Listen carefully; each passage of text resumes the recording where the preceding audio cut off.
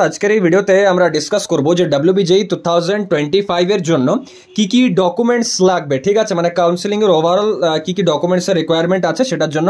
তো দেখো শুরু করছি। স্টুডেন্টের আধার কার্ড, গার্জেনের আধার কার্ড, প্যান কার্ড আর স্টুডেন্টের ফটোগ্রাফ লাগবে, মোটামুটি 5-6 কপি সাথে রাখবে। এর সাথে সাথে 10th এর অ্যাডমিট কার্ড, মার্কশিট, 12th এর অ্যাডমিট কার্ড, মার্কশিট, ক্যারেক্টার বা ট্রান্সফার সার্টিফিকেট। যদি কোনো সার্টিফিকেট তোমার কাছে অ্যাভেলেবেল থাকে তাহলে ভালো হয়, এটা অপশনাল। অলদো সব কলেজে রাখে না এইরকম রিকোয়ারমেন্ট, বাট হ্যাঁ যদি থাকে তো ওয়েল এন্ড গুড। মানে পুরোনো যদি কোনো কলেজে তুমি আগে অ্যাডমিশন নিয়ে নিয়েছিলে তাহলে সেটা টিসিটা কালেক্ট করে রাখবে। দেন গ্যাপ সার্টিফিকেট কোথাও সেরকম লাগে না, জেনারেলি যখন স্কলারশিপের অ্যাপ্লাই করবে তখন লেগে থাকে, তবু এখানে মেনশন করা আছে যদি তোমার কাছে থাকে তবু তুমি বানিয়ে রাখতে পারো। ঠিক আছে, SBMCM এর পোর্টালে এটা available. Entrance exam, WBJEE admit card, rank card, allotment letter. Allotment letter কোথা থেকে পাবে? ওই 5,000 টাকা দেওয়ার পর দেখবে ফার্স্ট রাউন্ডের পর অ্যালটমেন্ট লেটারটা ডাউনলোড করতে পারবে, 5,000 টাকা পে করতে পারবে। র্যাঙ্ক কার্ডটা তো এই কদিনের রেজাল্ট যখন বেরোবে তখনই পেয়ে যাবে। অ্যাডমিট কার্ড তো তোমাদের কাছে আছে। ইয়েস আপগ্রেডেশন বা নো আপগ্রেডেশন ফর্ম তোমরা WBJEE পোর্টালে পেয়ে যাবে। আমি অলদো আপডেট দিয়ে দেবো তোমাদের যে কীভাবে পাবে না পাবে। এটা ছাড়া যেগুলো সার্টিফিকেট দরকার, ধরো ডমিসাইল সার্টিফিকেট আছে A1, A2 R B।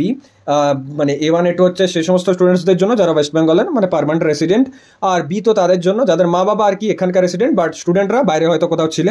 OBC A বা B, NCL বা SC/ST যেটা কাস্ট সার্টিফিকেট সেটা অ্যারেঞ্জ করে রাখবে। PWD, TFW, EWS certificate arrange করে রাখবে। এগুলো দেখে নিও। WBJEE ইনফরমেশন বুলেটিন অ্যাভেলেবেল আছে, প্রফর্মাগুলো। আচ্ছা, এরপর হচ্ছে যে গভর্নমেন্ট আইডি, আধার কার্ড বললাম অলরেডি, WBJEE র্যাঙ্ক কার্ডও বলেছি, অ্যালটমেন্ট লেটারও বলেছি, মাইগ্রেশন, কোর্স ক্যান্সেলেশন যা বলেছি আর কি, টিসিটা অ্যারেঞ্জ করে রাখবে। মেডিকেল সার্টিফিকেট, অ্যান্টি র্যাগিং, এই দুটো জেনারেলি কলেজে অ্যাডমিশন নেওয়ার পর কলেজ নিজের মানে ফরম্যাট প্রোভাইড করে, বা অনেক সময় কলেজ থেকে আর কি কাউকে টাকা দিয়ে দিলে কলেজের যারা স্টাফ থাকে তারাই অ্যারেঞ্জ করে দেয় বা তোমাকে প্রসেস বলে দেওয়া হয়। মানে এটা অত ইনস্ট্যান্ট লাগে না, এটা যেদিন অ্যাডমিশন নেবে সেদিনই আর কি অ্যারেঞ্জ করা যায়। আগে থেকে অ্যারেঞ্জ করার মতো কিছু নেই, মানে করতে পারবে না তুমি, তোমার কাছে তো ডিটেলস নেই যে কোন কলেজে যাচ্ছ না যাচ্ছ, কারণ সেই কলেজের ডিটেলস দিতে হয়। আচ্ছা, নেক্সট হচ্ছে ক্যারেক্টার সার্টিফিকেট, যেটা বললাম এটা চাইলে তুমি গ্রাম পঞ্চায়েত বা স্কুলের প্রিন্সিপালকে দিয়ে বানাতে পারো। তো যাই হোক, এই যে সার্টিফিকেটসগুলো বললাম এগুলো মোটামুটি রাখবে।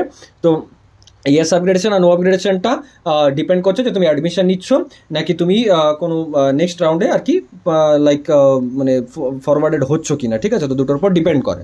তো যাই হোক, ভিডিওটা লাইক করবে। দেখা হচ্ছে নেক্সট ভিডিওতে। কি পার্টিকুলার টপিকের উপর ভিডিও চাও কমেন্ট করে জানাও। আর যদি আমাদের পেড কাউন্সিলিং সাপোর্টে জয়েন হতে চাইছো যে দাদা আমি তোমার থেকে রেগুলার গাইডেন্স নিতে চাই একদম টিল অ্যাডমিশন অবধি, যতদিন না অ্যাডমিশন হচ্ছে আমার WBJEE-তে, তো তাহলে আমাকে এই নাম্বারটায় হোয়াটসঅ্যাপ করে দিও। ঠিক আছে, আমি একটা নমিনাল ফিস রেখেছি, সেটা দেওয়ার পর তোমাকে প্রাইভেট গ্রুপে জয়েন করে দেওয়া হবে। সেখানে লাইভ সেশন হবে, প্রাইভেট গ্রুপে চাইলে নিজের ডাউট আস্ক করতে পারো। সেখানে আমি তোমাদের চয়েস ফিলিংও দেবো কাউন্সিলিংয়ের আগে, পার্সোনালাইজ চয়েস ফিলিং, আর অ্যাডমিশন অবধি তোমাকে ওভারঅল গাইডেন্সও করবো, ডিসিশন নিতেও হেল্প করবো। Thank you.